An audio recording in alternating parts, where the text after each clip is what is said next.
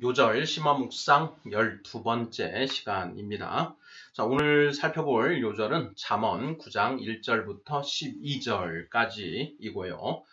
소제목은 지혜가 그의 집을 짓고입니다. 잠언 9장 1절부터 12절을 읽어보도록 하겠습니다.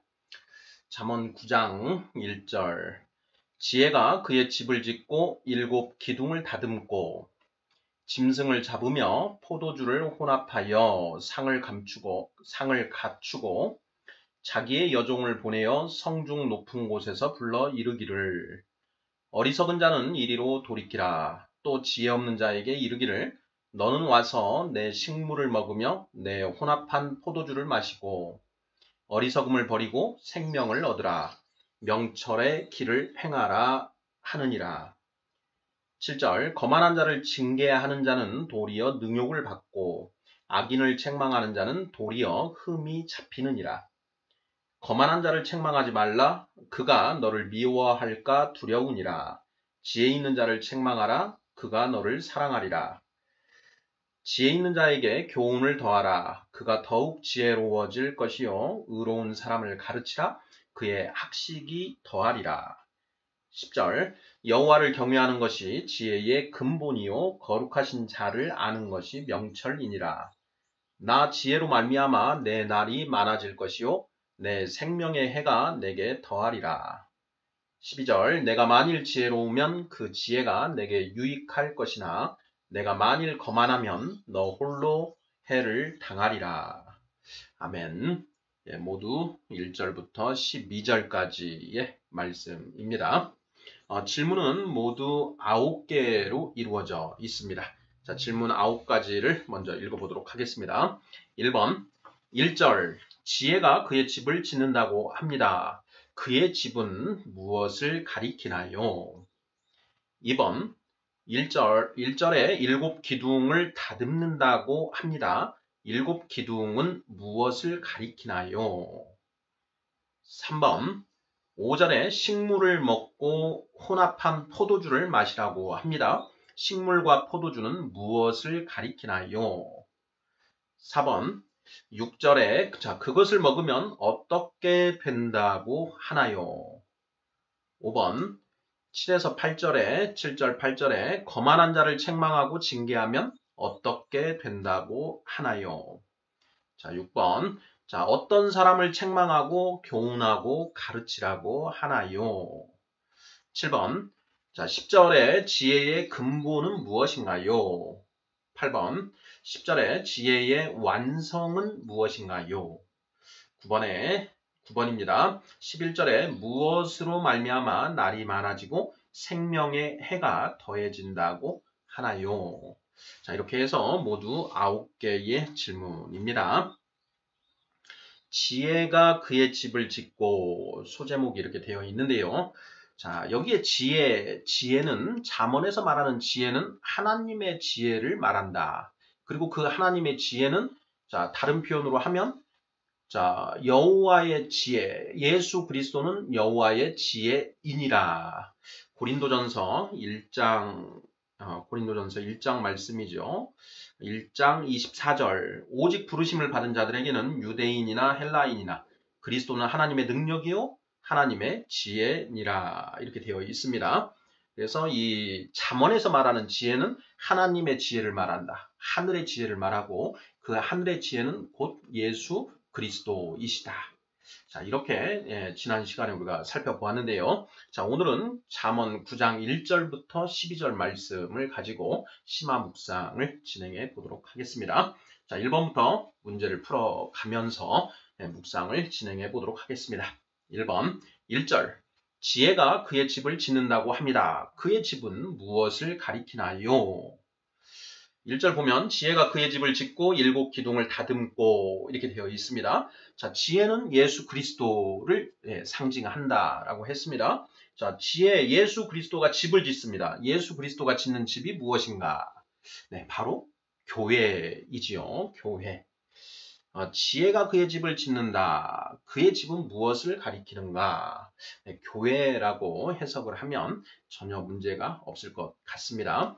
자, 우리가 교회는 구약 시대의 교회가 있고 또 신약 시대의 교회가 있습니다. 자, 구약 시대의 교회는 아브라함의 자손들로 이제 그 구성이 되어 있었고요. 자, 신약 시대의 교회는 예수 그리스도를 믿고 성령 받은 자들로 구성이 되어 있다.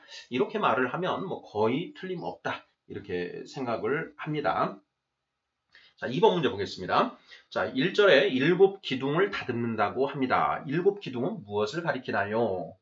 9장 1절, 지혜가 그의 집을 짓고 일곱 기둥을 다듬고 이렇게 되어 있습니다. 자, 집인데 집에는 항상 기둥이 있어야 되죠. 그래야만 이제 그 지붕을 얹을 수가 있고 그리고 벽을 세우고 할 수가 있습니다. 일곱 기둥은 무엇을 가리키는가 하는 것인데요. 결국은 이 지혜가 지은 집, 교회를 지탱하는 일곱 개의 기둥이다. 이렇게 이제 우리가 표현할 수 있겠습니다. 자, 이 일곱 개의 기둥, 이것과 관련해서 도대체 이 일곱 기둥은 무엇을 가리키는 것일까 하는 이제 그런 고민을 해보면서 성경 전체를 좀 이렇게 스킵을 해보았는데요. 이 일곱 개의 기둥과 그나마 가장 좀 유사성이 있다라고 할 수 있는 건 요한계시록에 나오지 않는가 싶습니다. 자, 요한계시록 1장 12, 13절을 읽어보도록 하겠습니다. 자, 몸을 돌이켜 나에게 말한 음성을 알아보려고 돌이킬 때에 일곱 금 촛대를 보았는데 촛대 사이에 인자 같은 이가 발에 끌리는 옷을 입고 가슴에 금띠를 띠고 이렇게 되어 있습니다. 자, 인자 같은 이는 예수님을 가리킨다라는 것이죠. 예수님이시고 그 예수님이 그 일곱 금 촛대 사이에 이제 그 거니신다라는 것이죠. 자, 일곱 금 촛대는 또 무엇을 가리키는가? 계시록 1장 20절에 바로 이제 답이 나옵니다. 계시록 1장 20절을 읽어보겠습니다. 내가 본 것은 내 오른손에 일곱 별의 비밀과 또 일곱 금 촛대라. 일곱 별은 일곱 교회의 사자요. 일곱 촛대는 일곱 교회니라. 이렇게 되어 있습니다. 일곱 교회다. 일곱 교회. 예. 자, 일곱 교회는 우리가 이제 그 요한계시록을 보면 두사버 이렇게 일곱 개의 교회를 우리가 외우지요. 외우는데 한번 보겠습니다. 에서버 두사빌라 이렇게 외우죠. 에베소 교회, 서머나 교회, 버가모 교회, 두아디라 교회, 사대 교회, 빌라델피아 교회, 라오디게아 교회 이렇게 해서 일곱 교회입니다. 자, 이 일곱 교회는 이제 그 지역에 있는 개별 교회를 이제 가리킨다. 이렇게 이제 보면 되는데요. 우리가 이제 그 교회를 개념적으로 구분을 할 때 눈으로 볼 수 있는 가시적 교회가 있고, 자, 눈으로는 보이지 않는 비가시적 교회가 있다. 이렇게 이제 나눕니다. 그래서 이 눈으로 보이는 이 그 개별 교회를 우리가 유형의 교회, 유형교회라고 하고, 그리고 눈으로 보이지 않는 교회를 무형교회 이렇게 이야기를 합니다. 자, 이 유형교회는 지역에 있는 개교회들, 개별적인 그 개개의 그 교회들을 유형교회, 가시적 교회 이렇게 이야기를 하고, 자, 비가시적 교회, 무형교회는 이제 포괄적 의미의 교회다 이렇게 하는 것입니다. 크리스찬은 성령 받은 사람이지요. 자, 성령 받은 사람들은 자, 시대와 장소를 불문하고 그 전체가 다 예수님의 몸 된 교회의 지체를 구성하고 있다라는 것입니다. 자, 예수님의 몸을 구성하고 있는 수많은 세포들이 있다라고 했을 때 그 지체들 하나하나가 성령 받은 크리스찬 성도 한 명 한 명이 바로 예수님의 몸의 세포다. 이렇게 이제 우리가 생각해 볼 수가 있겠습니다. 자, 그래서 우리가 이제 그 구약 시대의 교회, 신약 시대의 교회, 그 교회를 예수님의 몸이다라고 이렇게 했을 때 그 몸을 구성하고 있는 그 성도들의 총체, 예, 이것을 우리가 생각해 볼 수 있죠. 자, 이것을 우리가 비가시적 교회요, 무형 교회, 포괄적 의미의 교회다. 이런 이제 개념으로 표현해 볼 수가 있습니다. 자, 반면에 또 우리가 이제 교회 예배당이 있지요. 예배당에 각 지역마다 이 예배당이 있고 또 지역에도 또 여러 개의 이렇게 또 예배당들이 있습니다. 자, 그렇게 눈에 보이는 그 유형화된 그런 교회를 가시적 교회, 유형 교회, 지역의 개교회 이렇게 이야기를 하는데요. 자, 요한계시록 1장에 나오는 자, 이 7개의 교회는 자, 이 비가시적 교회와 가시적 교회 중 어느 것에 해당되나요? 자, 무형교회, 유형교회 중에 어디에 해당되는가? 포괄적 의미의 교회와 지역의 개교회 중 어디에 해당되는가? 자, 이 7개의 교회는 지역의 개교회를 자, 가리킨다. 이렇게 이제 그 생각을 해보면 될 것 같고요. 그리고 이 7개의 교회는 어떻게 보면 좀 상징적인 의미가 있다. 개별 교회들의 이런 7개의 유형, 이걸 좀 대별해서 좀 표현하고 있는 것이 아닐까. 저는 이제 이런 생각까지 해 보았습니다. 자, 어찌됐든 요한계시록 1장에 나오는 7금촛대, 그리고 이 7촛대는 7교회를 가리킨다라고 하는데요. 자, 우리가 비가시적 교회, 무형교회, 포괄적 의미의 교회라고 했을 때 이 교회를 지탱하는 7개의 기둥, 바로 이것이 이 7금촛대가 7개의 기둥, 이런 정도로 봐도 무방하지 않을까 이렇게 생각을 해 보았습니다. 자, 이번 문제 1절. 7기둥을 다듬는다고 합니다. 7기둥은 무엇을 가리키나요? 자, 예수님의 몸된 교회, 비가시적 교회, 무형의 교회를 지탱하는 7개의 큰 그 기둥이다. 자, 그런데 그 기둥은 이 요한계시록 1장에 나오는 7금촛대 이렇게 보아도 되지 않을까 이런 생각이 듭니다. 3번 보겠습니다. 5절 식물을 먹고 혼합한 포도주를 마시라고 합니다.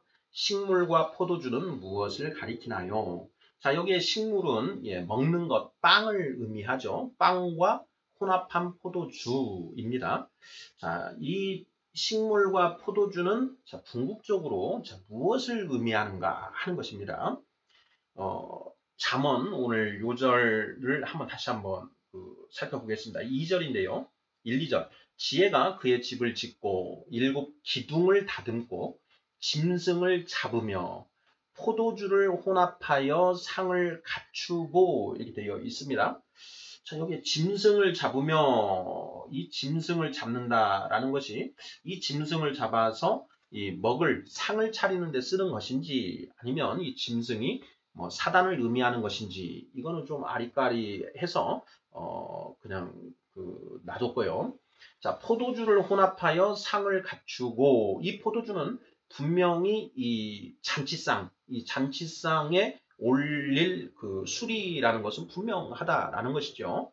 자, 포도주를 혼합하여 상을 갖추고 3절 자기의 여종을 보내어 성중 높은 곳에서 불러 이르기를 어리석은 자는 이리로 돌이키라 회개하라 또 지혜 없는 자에게 이르기를 너는 와서 내 식물을 먹으며 내 혼합한 포도주를 마시고 6절 어리석음을 버리고 생명을 얻으라 명철의 길을 행하라 하느니라 이렇게 되어 있습니다. 자, 지혜가 자기 집을 짓고 자, 어리석은 자들에게 이르기를 지혜 없는 자에게 이르기를 와서 내 식물을 먹으며 떡을 먹으며 내 혼합한 포도주를 마셔라. 그리고 그걸 마셔라. 이렇게 지금 이야기를 하고 있다라는 것입니다. 자, 그의 집은 지혜는 예수 그리스도, 그의 집은 교회다. 자, 교회에 와서 자, 떡과 포도주를 먹고 마시라 이렇게 하는 것입니다. 자, 이 떡과 포도주가 자, 과연 무엇인가 하는 그런 질문입니다. 자, 우리가 이제 최후의 만찬을 우리가 너무나 잘 알고 있습니다. 최후의 만찬은 공관복음에 모두 다 기록되어 있습니다. 그래서 그 병행 구절들을 잘 살펴보아야 되는데요. 자, 마태복음 26장 26절부터 28절까지 되어 있고, 마가복음 14장 22절에서 24절, 그리고 누가복음 22장 19절, 20절 이렇게 되어 있습니다. 자, 한번 다 읽어보도록 하겠습니다. 먼저 마태복음 26장 26절부터 28절까지입니다. 자, 떡과 포도주가 나오는 대목만 이제 그 발췌를 해봤는데요. 읽어보겠습니다. 마태복음 26장 26절. 그들이 먹을 때에 예수께서 떡을 가지사 축복하시고 떼어 제자들에게 주시며 이르시되 받아서 먹으라. 이것은 내 몸이니라 하시고 27절. 또 잔을 가지사 감사기도 하시고 그들에게 주시며 이르시되 너희가 다 이것을 마시라. 이것은 죄사함을 얻게 하려고 많은 사람을 위하여 흘리는 바 나의 피, 언약의 피니라. 이렇게 되어 있습니다. 자, 여기에 보면 떡과 포도주가 나오는데, 자, 떡은 내 몸이다. 이렇게 말씀을 하시고요. 그리고 포도주는 자, 내 언약의 피다. 내 피다. 이렇게 말씀을 하십니다. 자, 마가복음 14장 보도록 하겠습니다. 마가복음 14장 22절부터 24절까지 읽어보겠습니다. 자, 마가복음 14장 22절. 그들이 먹을 때에 예수께서 떡을 가지사 축복하시고 떼어 제자들에게 주시며 이르시되 받으라. 이것은 내 몸이니라 하시고 23절. 또 잔을 가지사 감사기도 하시고 그들에게 주시니 다 이를 마시매 이르시되 이것은 많은 사람을 위하여 흘리는 나의 피, 곧 언약의 피니라. 이렇게 되어 있습니다. 자, 마태복음과 이제 거의 동일한 내용으로 되어 있죠. 떡은 내 몸이다. 이렇게 말씀하시고, 그리고 포도주는 나의 피, 곧 언약의 피다. 이렇게 말씀을 하십니다. 자, 누가복음 22장은 어떻게 되어 있는지 또 살펴보도록 하겠습니다. 누가복음 22장 19절, 20절. 자, 19절. 또 떡을 가져 감사기도 하시고 떼어 그들에게 주시며 이르시되 이것은 너희를 위하여 주는 내 몸이라. 너희가 이를 행하여 나를 기념하라 하시고 20절. 저녁 먹은 후에 잔도 그와 같이 하여 이르시되 이 잔은 내 피로 세우는 내 언약이니 곧 너희를 위하여 붓는 것이라. 이렇게 되어 있습니다. 동일하게 떡은 내 몸이고 이 포도주 잔은 내 피로 세우는 새 언약이다. 이렇게 이제 말씀을 하십니다. 자, 이 세 개의 병행 구절을 가지고 정확하게 이제 떡과 포도주가 무엇을 이제 의미하는지를 이제 우리가 정확하게 이제 정의를 내려야 되는데요. 자, 포도주 내 피로 세우는 새 언약이다. 그리고 내 몸이다. 이렇게 이제 말을 하시는 것이죠.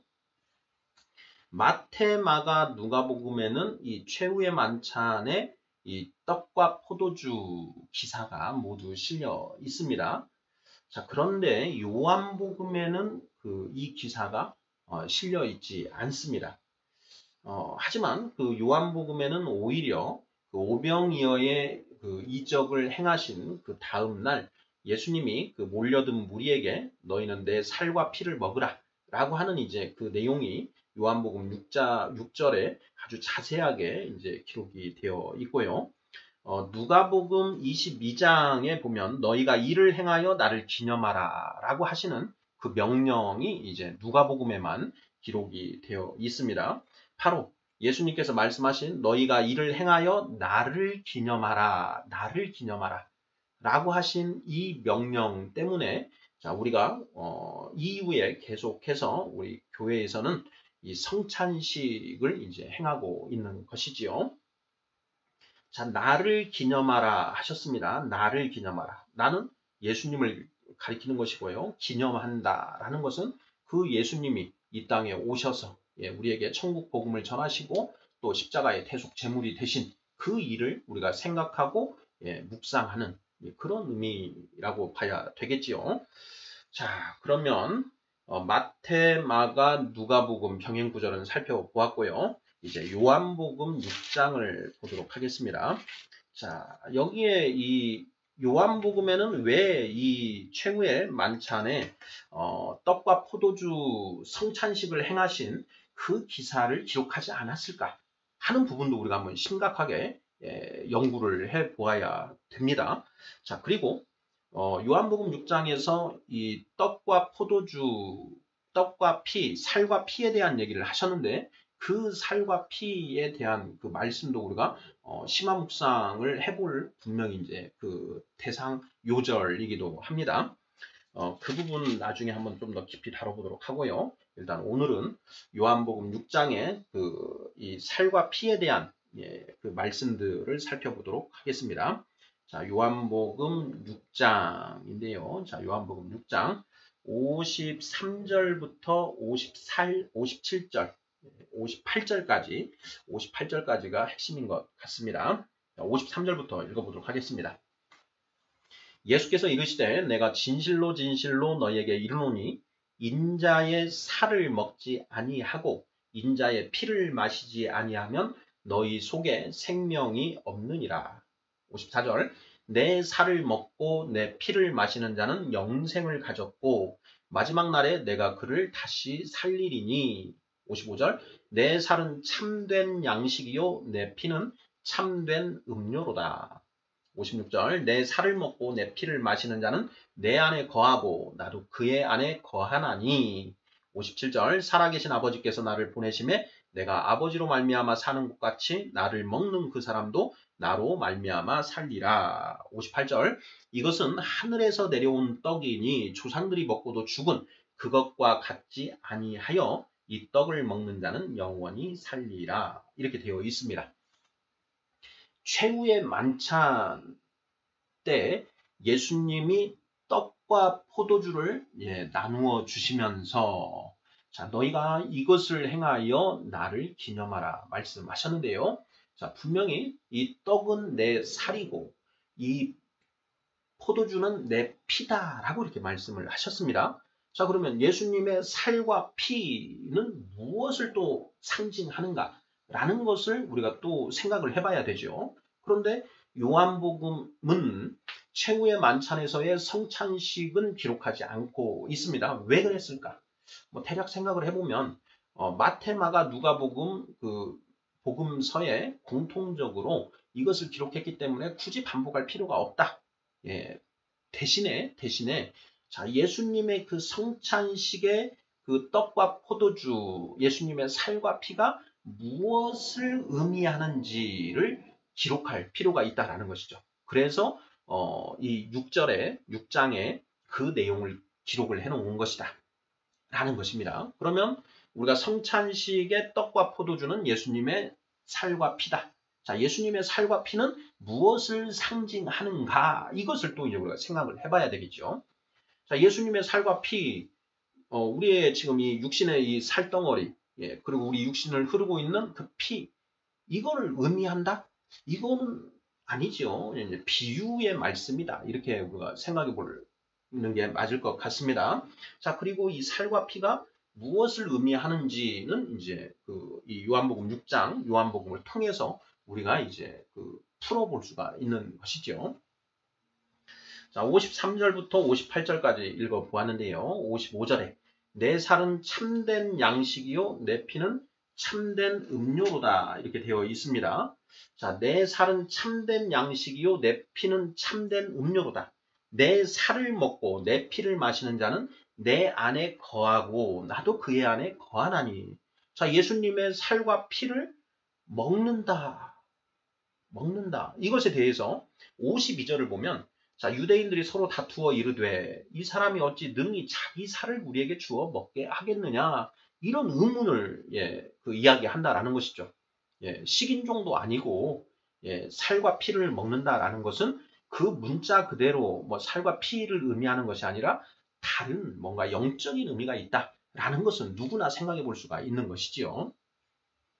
자, 과연 이 살과 피가 무엇을 의미하는가라는 것인데요.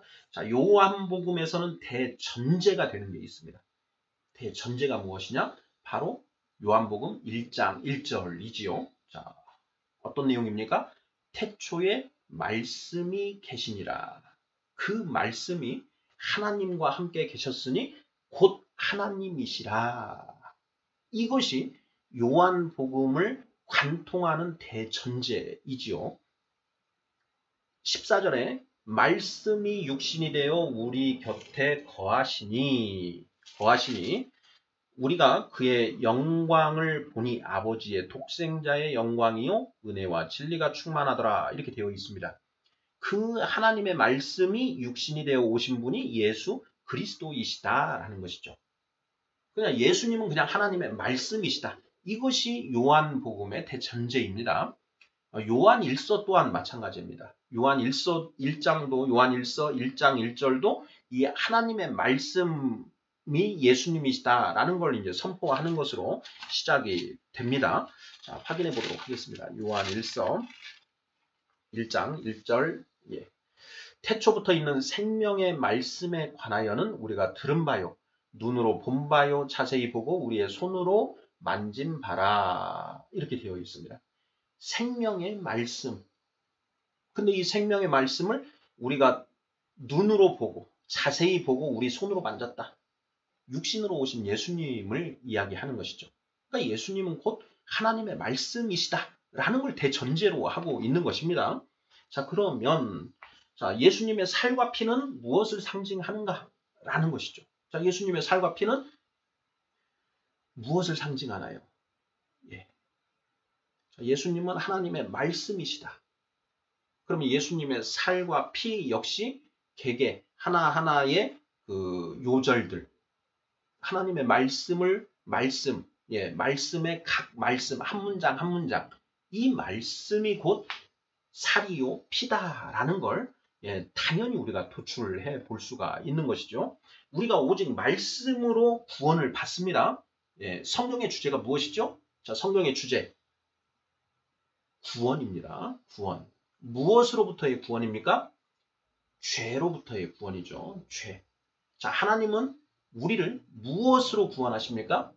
말씀으로 구원하시죠. 자, 그 말씀이 육신이 되어 우리 곁에 오신 분이 누구십니까? 예수님. 그래서 예수, 천국, 불신, 지옥 이렇게 되는 거 아니겠습니까? 자, 바로 이 말씀을 가리킨다. 내 살과 내 피는 바로 이 하나님의 계계, 말씀의 각 한 문장 한 문장을 가리킨다. 이렇게 보면 틀림없다. 이렇게 우리가 생각을 해볼 수 있겠습니다. 자, 그리고 여기서 조금 더 나아가서 자, 살과 피 이렇게 있는데 살과 피는 어떻게 구별합니까? 하는 질문을 해볼 수 있습니다. 그렇죠? 자, 살은 무엇이고 피는 무엇입니까? 둘 다 말씀을 가리키는데 어떤 말씀이 살에 해당되고 어떤 말씀이 피에 해당되나요? 하는 걸 당연히 물어볼 수 있지 않겠습니까? 자, 우리가 우리의 몸을 구성하여 살과 피로 구성이 되어 있는데 자, 살도 중요하지만 피가 더 중요하죠. 자, 우리가 성경을 읽어보면 구약 성경에 너희는 그 피째 먹지 말라 이런 얘기를 하십니다. 계명 중에 자, 율법 중에 그 피는 곧 생명의 근원을 의미한다라는 것이죠. 자, 우리가 살이 있는데 자, 이 살이 있고 여기에 피가 흘러야만 생명이 유지가 되는 것 아니겠습니까? 피가 돌지를 않고 멈췄다. 그러면 죽은 것이다. 죽은 육신이 죽는 것이죠. 자, 그래서 살과 피 모두 중요하지만 그 중에 더 중요한 것은 피이다. 그러면 자, 이 말씀 중에 하나님의 말씀 중에 정말 중요한 생명에 해당되는 아주 요절들은 이 피의 요절들은 피를 의미하고 피는 그 요절들을 의미하고 자, 살은 그 요절들을 뒷받침하는 또 그런 말씀들이다. 뭐 이 정도로 생각하면 무방하지 않을까 저는 이렇게 묵상을 하고 있습니다. 자, 그래서 3번 문제 5절 식물을 먹고 혼합한 포도주를 마시라고 합니다. 식물과 포도주는 무엇을 가리키나요? 식물은 떡이고 포도주는 포도주인데 이 떡과 포도주는 결국 예수님의 살과 피를 의미하고 살과 피는 예수님의 말씀을 결국 가리킨다. 이렇게 보면 그 하나님의 말씀의 각 그 문장을 가리킨다. 이렇게 보면 맞지 않을까 싶습니다. 잠언으로 다시 가서 잠언 9장 보겠습니다. 자, 잠언 9장 지혜가 그의 집을 짓고 7 기둥을 다듬고 짐승을 잡으며 포도주를 혼합하여 상을 갖추고 자기의 여종을 보내어 성중 높은 곳에서 불러 이르기를 어리석은 자는 이리로 돌이키라. 또 지혜 없는 자에게 이르기를 너는 와서 내 식물을 먹으며 내 혼합한 포도주를 마시고 어리석음을 버리고 생명을 얻으라. 명철의 길을 행하라 하느니라. 이게 교회가 하는 일이 바로 이거라는 겁니다. 예수님의 교회가 하는 일이 그 어리석은 자, 지혜 없는 자들에게 이런 말을 하는 것이죠. 이리 오라, 이리 오라, 이리로 돌이키라. 이리 와서 우리 지혜이신 예수님의 살과 피를 먹고 어리석음을 버리고 생명을 얻고 명철의 길을 행하라. 이것을 이야기하는 곳이 바로 이 교회다. 이런 얘기인 것이지요. 자, 4번 문제 보겠습니다. 자, 6절. 그것을 먹으면 어떻게 된다고 하나요? 방금 읽었습니다. 6절. 어리석음을 버리고 생명을 얻으라. 명철의 길을 행하라 하느니라. 자, 교회에 와서 하나님의 말씀인 예수님의 살과 피를 먹으면 어떻게 되느냐? 자, 어리석음을 없애고 생명을 얻을 수 있고 명철의 길을 행하게 된다. 이렇게 하는 것이죠. 자, 그러면 여기에서 하나를 짚어보면은요. 성찬식이 의미하는 것은 과연 무엇인가? 자, 우리가 성찬식을 자주 행해야 됩니다. 우리 사도 바울 선생은 우리가 성찬식을 자주 행하는 것이 바람직하다. 이런 취지로 이야기를 하고 있습니다. 자, 그 성찬식의 의미, 우리는 두 가지로 생각하는 게 저는 맞다고 생각합니다. 자, 우리가 예수님은 육신이신 예수님 예수님 말씀이신 예수님 이렇게 두 가지로 관념을 해봐야 되고요. 이 육신으로 오신 예수님은 우리의 칭의와 주로 관련이 되고 말씀이신 예수님은 우리의 성화와 주로 관련이 된다라는 것입니다. 예수님 이 땅에 육신으로 오실 수밖에 없었던 그 이유가 있습니다. 오시지 않으면 안 되는 이유. 그것은 예수님이 십자가에 죽으심으로써 이 세상 죄를 지시고 죽으셔야만 했기 때문이죠. 그것을 그렇게 죽으셔야만 성령 시대를 열 수가 있다. 그래서 예수님이 이 땅에 육신으로 오신 것이죠. 그래서 우리는 그 육신으로 오신 예수님을 먼저 생각을 해야 되고 그 두 번째는 말씀이신 예수님을 생각해야 된다라는 것입니다. 그래서 사도 요한이 그 마지막으로 복음서를 쓰면서 요한복음을 썼던 이걸 쓰지 않으면 안 되었던 이유가 있지 않을까. 공관복음, 마태마가, 누가 복음에 그것만 읽고 사람들이 깨닫지 못하는 부분, 즉 예수님이 하나님의 말씀이시라는 부분, 이 부분을 강조하고 가르쳐줘야만 했기 때문에 요한복음을 따로 기록한 게 아닐까. 저는 이렇게 이제 묵상을 해 봅니다. 자, 우리가 성찬식, 너희는 이것을 행하여 나를 기념하라 하셨는데요. 그 나는 예수님이고 예수님은 육신으로 오신 예수님, 말씀이신 예수님, 이 두 가지를 모두 생각해야 된다라는 것이죠. 그래서 우리가 성찬식을 할 때 십자가에서 죽으신 육신의 예수님, 이것을 우리가 기념해야 됩니다. 그리고 그것만 하면 안 됩니다. 나아가서 그 예수님의 그 취지, 유언과도 같은 그 취지가 무엇이냐. 너희는 이 하나님의 말씀을 먹고 마셔야 된다. 그걸 먹고 마셔야만 너희가 비로소 장성한 크리스찬이 될 수 있다라는 것을 말씀하시는 것이다. 라는 것까지 우리가 강조가 되어야만 성찬식의 의미가 명확해진다라는 지는 것 아닐까 하는 것이 저의 묵상입니다. 그런데 오늘날 우리 교회에서 육신으로 죽으신 그 예수님은 성찬식에서 우리가 많이 생각을 하는데 그 말씀이신 예수님에 대해서는 강조가 별로 되고 있지 않다. 이것은 분명히 문제가 있다라는 그런 생각이 듭니다. 5번 문제 보겠습니다. 자, 7절, 8절. 거만한 자를 책망하고 징계하면 어떻게 된다고 하나요? 7절, 8절 읽어보겠습니다. 자, 거만한 자를 징계하는 자는 도리어 능욕을 받고 악인을 책망하는 자는 도리어 흠이 잡히느니라. 거만한 자를 책망하지 말라. 그가 너를 미워할까 두려우니라. 지혜 있는 자를 책망하라. 그가 너를 사랑하리라. 이렇게 되어 있습니다. 자, 이 7, 8절 말씀도 굉장히 중요합니다. 자, 일단 5번 문제. 자, 거만한 자를 책망하고 징계하면 어떻게 된다고 하나요? 자, 능욕을 받고, 자, 흠을 잡히고, 미움을 받는다라는 것입니다. 자, 이 말씀이, 자, 마태복음 7장 6절과 병행 구절인 것 같습니다. 마태복음 7장 6절 예수님이 하신 말씀인데요. 자, 거룩한 것을 개에게 주지 말며 너희 진주를 돼지 앞에 던지지 말라. 그들이 그것을 발로 밟고 돌이켜 너희를 찢어 상하게 할까 염려하라. 이렇게 되어 있습니다. 잠언 9장 7절 8절 그 말씀이 마태복음 7장 6절의 예수님 말씀과 병행구절이다. 병행구절. 자, 거룩한 것을 개에게 주지 말며 너희 진주를 돼지 앞에 던지지 말라. 그들이 그것을 발로 밟고 돌이켜 너희를 찢어 상하게 할까 염려하라. 잠언 거만한 자를 징계하는 자는 도리어 능욕을 받고 악인을 책망하는 자는 도리어 흠이 잡히느니라. 거만한 자를 책망하지 말라. 그가 너를 미워할까 두려우니라. 이렇게 되어 있습니다.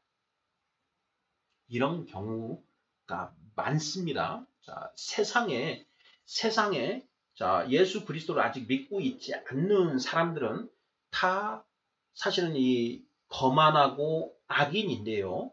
자, 그들에게 복음을 전했을 때 받는 사람이 있고 완강하게 이제 또 저항하는 그런 사람이 있습니다. 사람이 있습니다. 우리가 한 번 거부했다라고 해서 바로 이제 그 등을 돌려서는 안 된다. 제 같은 경우에는 한 7번까지는 우리가 해볼 수 있지 않는가. 자, 그런데 그렇게 말씀을 계속 전하는데도 불구하고 계속 완강하게 저항을 하고 자, 이렇게 도저히 안 되는 그런 경우가 있지요. 자, 그런 정도, 그냥 안 받기만 하면 괜찮은데요. 어떤 경우에는 자, 그 거만한 자를 징계하면 오히려 능욕을 받고 책이 흠이 잡히고 미움을 당하는 그런 경우가 있다라는 것이죠. 자, 이런 경우에는 징계하지 마라, 책망하지 마라. 이렇게 지금 성경이 명령하고 있다라는 것이죠. 거룩한 것을 개에게 주지 말고 너희 진주를 돼지 앞에 던지지 말라. 어떤 사람이 개이고 어떤 사람이 돼지인가? 이것도 우리가 잘 생각을 해봐야 됩니다. 자, 심지어 교회에 다닌다라고 하는데 그 교회 안에도 이런 거만한 자, 악인이 있습니다. 자, 교회는 원래 죄인들이 오는 곳이지 않습니까? 예수님이 복음을 전했는데 예수님을 따르는 자들이 바리새인과 서기관들은 잘 따르지 않고 오히려 세리와 창리들이 따랐다라는 것이죠. 그러니까 죄인들이 오히려 예수님을 따르게 됩니다. 그래서 교회에 모이게 되는데 그 모인 자들 중에 거만한 자, 악인들이 있을 수 있다라는 것입니다. 우리가 말씀을 전해보는데 말씀을 도저히 받으려고 하지 않는 그런 경우, 이런 경우가 예수님이 마태복음 7장 6절에서 말씀하신 거룩한 것을 개에게 주지 말며 거룩한 것, 말씀이 거룩한 것이죠. 너희 진주도 곧 말씀, 금과 진주 보다 더 귀한 게 말씀이죠. 너희 진주, 우리가 가지고 있는 말씀이 진주, 그것을 돼지 앞에 던지지 말라. 그들이 그것을 발로 밟고 돌이켜 너희를 찢어 상하게 할까 염려하라. 우리가 복음을 전하다가 이러한 개, 돼지에 해당되는 그런 사람들에게 잘못해서 거룩한 것을 말씀을 이렇게 전하다가 오히려 핍박을 당하고 해를 당하는 경우가 있다라는 그런 경고인 것이죠. 자, 그래서 어찌됐든 잠언 9장 7절 8절 말씀은 마태복음 7장 6절과 병행구절이다라는 개념으로 해서 함께 묵상을 하면 좋을 것 같습니다. 자, 6번 문제 보겠습니다. 어떤 사람을 책망하고 교훈하고 가르치라고 하나요? 어떤 사람을 책망하고 교훈하고 가르치라고 하는가? 자, 8절 9절입니다. 자, 8절 9절. 자, 8절 마지막 하반절부터 읽어보겠습니다. 지혜 있는 자를 책망하라. 그가 너를 사랑하리라. 9절. 지혜 있는 자에게 교훈을 더하라. 그가 더욱 지혜로워질 것이요. 의로운 사람을 가르치라. 그의 학식이 더하리라. 이렇게 되어 있습니다. 우리가 교회 다닌다 하는데 그 교회를 다니는 그 사람들, 우리가 성도라고 하지요. 그 성도들에게 자, 이 복음 하나님의 말씀을 이렇게 전합니다. 우리가 교사로서 말씀을 전해보죠. 자, 그런데 그 말씀을 잘 받는 사람이 있는가 하면 잘 받아들이려고 하지 않는 사람이 있습니다. 자, 그런데 그 받아들이는 사람이 어떤 사람이냐? 지혜 있는 자를 책망하라. 그가 너를 사랑하리라. 이렇게 되어 있습니다. 자, 우리 성도님들께서 이 말씀을 깨닫게 되면 그 말씀을 깨닫는 건 성령님이 주시는 것이죠. 그 성령님의 은사입니다. 자, 그 받은 것 때문에 우리가 말씀을 깨달으면 그 말씀의 이 은혜 때문에 그것을 전하지 않고는 우리가 견디지 못하게 되어 있습니다. 내가 다른 사람의 말씀을 전하지 않고 있다라고 하면 분명히 그건 뭔가 문제가 있는 것입니다. 말씀을 안 보고 연구를 안 하고 때문에 성령님의 조명하심을 얻지 못하고 그래서 말씀에 대한 깨달음이 없기 때문에 자, 말씀을 깨닫게 되면 그 기쁨이 성령의 열매로서 사랑과 희락과 기쁨과 이렇게 사랑과 희락과 화평과 있는데 여기에 희락이 그 기쁨인데요. 말씀을 깨달음에서 오는 그 거룩한 기쁨을 말합니다. 자, 그 기쁨 때문에 그 나는 것을 말씀을 전하지 않고는 안 된다라는 것이죠. 그런데 주변에 전하는데 말씀을 전해봐서 듣는 사람이 있고 안 듣는 사람이 있다. 그때 바로 이 7, 8, 9절 말씀이 어떻게 해야 되는지에 대한 우리 지침을 주는 말씀이다라는 것입니다. 말씀을 받아들이지 않는 자에게는 자, 전하지 마라. 그런 사람 책망하지 말라. 이런 얘기를 하시는 것이죠. 오히려 그것을 듣고 자꾸 받으려고 하는 지체들에게 말씀을 전하라라는 그런 얘기죠. 지혜 있는 자를 책망하라. 그가 너를 사랑하리라. 지혜 있는 자에게 교훈을 더하라. 그가 더욱 지혜로워질 것이라. 의로운 사람을 가르치라. 그의 학식이 더하리라. 이렇게 되어 있는 것이죠. 우리가 교회에서 교사를 하면서 이제 주일학교 아이들을 가르치는데 자, 아이들 중에 이 말씀을 전하는데 눈을 반짝반짝 하면서 초롱초롱 빛내면서 잘 듣는 애들이 있고 잘 안 듣는 애들이 있습니다. 자, 잘 듣는 애들에게 집중해야 됩니까? 잘 안 듣는 애들에게 집중해야 됩니까? 이 말씀, 우리의 기준은 항상 말씀에 있습니다. 자, 말씀에 따르면 잘 듣는 애들에게 집중해야 된다는 것입니다. 물론 우리는 자, 누가 알곡이고 누가 가라지, 종북적으로 알곡이고 가라지인지 우리는 전혀 알 수 없습니다. 하지만 지금 보이는 그 상황 속에서 일시적으로 이 사람이 알곡 상태에 있는지 가라지 상태에 있는지를 우리가 분별할 수 있다는 것이죠.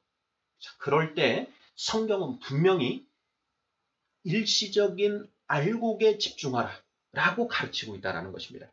거룩한 것을 개에게 주지 말며 너희 진주를 돼지 앞에 던지지 말라. 지혜 있는 자를 책망하라. 지혜 있는 자에게 교훈을 더하라. 의로운 사람을 가리키라. 말씀을 우리가 떡을 던져서 받는 사람, 그걸 받아들이려고 하는 사람, 갈급함이 있는 사람, 여기에 집중해야 된다는 것입니다. 하나님의 가르침입니다. 말씀, 법이 그렇다는 것입니다. 자, 6번 문제. 어떤 사람을 책망하고 교훈하고 가르치라고 하나요? 지혜 있는 자, 의로운 사람을 가르치라. 그런데 자, 이 사람이 지혜가 있는지 의로운지를 우리가 어떻게 합니까? 반응으로 알 수 있다. 그는 너를 사랑하리라. 그가 너를 사랑하리라. 그가 더욱 지혜로워질 것이고 그의 학식이 더하리라. 이 하나님 말씀을 자꾸 들으려고 하고 더 열심히 눈을 반짝반짝하면서 받아들이는 그 아이들, 이 아이들에 집중해야 된다라는 것이죠. 아이들뿐만이 아닙니다. 어른들도 마찬가지입니다. 어른들. 교회에서 말씀을 전해보면 우리는 교회에서 말씀을 가지고 교제를 하는 것이죠. 지난 한 주 동안 이 요한복음 몇 장 가지고 묵상 씨름을 했는데 이 말씀 읽다 보니까 하나님 이런 깨달음을 주셨습니다. 제가 옳게 깨달은지 모르겠습니다. 하고 나누는데 그런 얘기를 하면 듣기 싫어하고 딴청 부리고 아이고 좀 그런 얘기는 뭐 따로 합시다. 뭐 이런 사람들 분명히 있습니다. 예. 그 사람들은 어떤 사람들이냐? 거만한 자, 악인 여기에 해당되는 것이죠. 거만한 자를 징계하는 자는 도리어 능욕을 받고 악인을 책망하는 자는 도리어 흠이 잡히느니라. 거만한 자를 책망하지 말라. 그가 너를 미워할까 두려우니라. 하나님 말씀이라고 한다면 자다가도 돌아서서 그 말씀 무슨 말인가 하고 듣는 사람. 이 사람이 지혜 있는 자이고요. 의로운 사람이라는 것입니다. 하나님의 말씀 하고 또 무슨 또 고리 타분한 이야기야. 이게 거만한 자라는 것입니다. 7번 문제 보겠습니다. 10절. 지혜의 근본은 무엇인가요?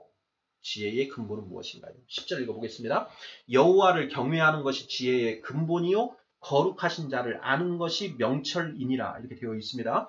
여호와를 경외하는 것이 지혜의 근본이다. 지혜의 근본. 여호와를 경외하는 것. 경외.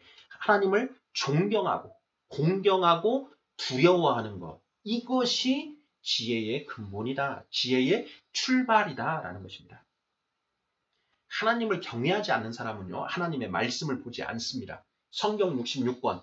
성경 66권을 통해서 우리는 하나님을 만나는 것이고 하나님을 알아가는 것이거든요. 성경을 덮어놓고 전혀 열어보지도 않는 사람, 그 사람은 하나님을 경외하는 사람이 아니고 사랑하는 사람도 아니라는 것입니다. 분명합니다. 여호와를 경외하는 것이 지혜의 근본이다. 여호와를 경외하는 것이. 잠언 2장입니다. 2장 5절부터 4절부터 읽어보겠습니다. 은을 구하는 것 같이 그것을 구하며 감추어진 보배를 찾는 것 같이 그것을 찾으면, 여기에 그것은 지혜를 가리킵니다. 지혜를 찾으면 5절 여호와 경외하기를 깨달으며 하나님을 알게 되리니 5절 6절 대저 여호와는 지혜를 주시며 지식과 명철을 그 입에서 내심이며 7절 그는 정직한 자를 위하여 완전한 지혜를 예비하시며 행실이 온전한 자에게 방패가 되시나니 8절 대저 그는 정의의 길을 보호하시며 그의 성도들의 길을 보전하려 하심이니라. 9절 그런즉 내가 공의와 정의와 정직 곧 모든 선한 길을 깨달을 것이라. 10절 곧 지혜가 내 마음에 들어가며 지식이 내 영혼을 즐겁게 할 것이요. 계속해서 너무나 좋은 말씀이 이렇게 계속 나오는데요. 하나님 경외하는 것, 하나님을 경외하는 것을 지혜를 찾으면, 진짜 참 지혜를 찾으면 하나님 경외하기를 깨닫게 되고 하나님을 알게 된다는 것이죠. 7번 문제 10절 지혜의 근본은 무엇인가요? 여호와를 경외하는 것이 지혜의 근본이요. 여호와를 경외하는 것. 여러분이 정말 하나님을 정말 공경하고 두려워한다. 그러면 반드시 성경 말씀을 붙들고 늘어질 수밖에 없습니다. 그 말씀이 곧 길이요 진리요 생명이니 이 말씀을 통하지 않고는 하나님께로 올 자가 없기 때문이지요. 말씀을 보지 않고 있다. 말씀에 대한 갈급함이 없다. 분명히 문제가 있는 것입니다. 다음 문제 보겠습니다. 8번 10절 지혜의 완성은 무엇인가요? 지혜의 완성. 10절 여호와를 경외하는 것이 지혜의 근본이요 거룩하신 자를 아는 것이 명철입니다. 되어 있습니다. 거룩하신 자, 하나님을 아는 것이 명철이다. 명철. 명철이란 밝을 명자에 밝을 철자를 쓴 것이죠. 그러니까 지혜가 이제 가득 찬 겁니다. 지혜가 완성된 것이죠. 하나님을 아는 것이 지혜의 완성이다. 이런 의미인 것입니다. 지혜의 완성, 거룩하신 자를 아는 것, 하나님을 아는 것. 자, 하나님의 무엇을 아는 것입니까? 하나님의 얼굴이 어떻게 생겼는지, 하나님의 얼굴이 검은색인지 하얀색인지 노란색인지 이걸 아는 것입니까? 아니죠. 하나님을 안다라는 게 무엇이냐? 하나님의 뜻을 안다라는 것입니다. 하나님의 뜻. 성경에 나와 있습니다. 예. 골로새서 1장 9절 말씀입니다. 이로써 우리도 듣던 날부터 너희를 위하여 기도하기를 그치지 아니하고 구하노니 너희로 하여금 모든 신령한 지혜와 총명에 하나님의 뜻을 아는 것으로 채우게 하시고 이렇게 되어 있습니다. 바울 선생이 골로새 성도들을 위해서 중보기도를 하는데 무엇을 기도하느냐? 우리 골로새 교회 성도들의 그 지혜와 총명에 하나님의 뜻을 아는 것으로 채워주시옵소서 하고 중보기도 하고 있다는 것이죠. 하나님의 뜻을 아는 것. 이것이 바로 지혜의 완성이다라는 것입니다. 그것을 우리는 여호와를 안다, 하나님을 안다라고 표현을 하는 것이죠. 하나님의 뜻을 아는 것. 하나님의 뜻을 어떻게 알 수 있느냐? 기록된 성경 66권 그 말씀을 통해서 우리가 하나님의 뜻을 온전히 알 수 있다. 어떻게 알 수 있느냐? 성령님의 조명하심, 성령님의 가르쳐 주심을 통해서 알 수 있다. 하나님을 경외하는 것이 지혜의 시작이요. 하나님의 뜻을 아는 것이 지혜의 완성입니다. 하나님의 뜻을 아는 것이 지혜의 완성. 성경에 기록된 것만 알면 됩니다. 성경에 기록된 하나님의 뜻만 알면 된다는 거죠. 성경에 기록되지 않은 부분까지는 알 수도 없고, 예, 우리가 알 필요도 없다라는 것입니다. 그 부분은. 마지막 문제입니다. 9번 11절 무엇으로 말미암아 날이 많아지고 생명의 해가 더해진다고 하나요? 11절입니다. 나 지혜로 말미암아 너의 날이 많아질 것이요 너의 생명의 해가 너에게 더하리라 이렇게 되어 있습니다. 무엇으로요? 우리가 이것이 날이 많아지고 생명의 해 연수가 더한다. 이것이 바로 영생입니다. 영생. 어떻게 영생을 얻느냐? 지혜로 말미암아. 나 지혜로 말미암아. 지혜가 곧 예수님이시고 예수님이 곧 하나님의 말씀이시다. 하나님의 말씀으로 우리가 생명을 얻는다라는 것입니다. 요한복음 14장 6절 내가 곧 길이요 진리요 생명이니 나를 통하지 않고는 아버지께로 올 자가 없느니라. 아버지와 함께 하는 게 영생입니다. 이터널 라이프는 아버지와 함께 살게 되는 것. 하나님과 동행하는 것이 바로 영생이다. 그런데 그 하나님과 어떻게 동행할 수 있느냐?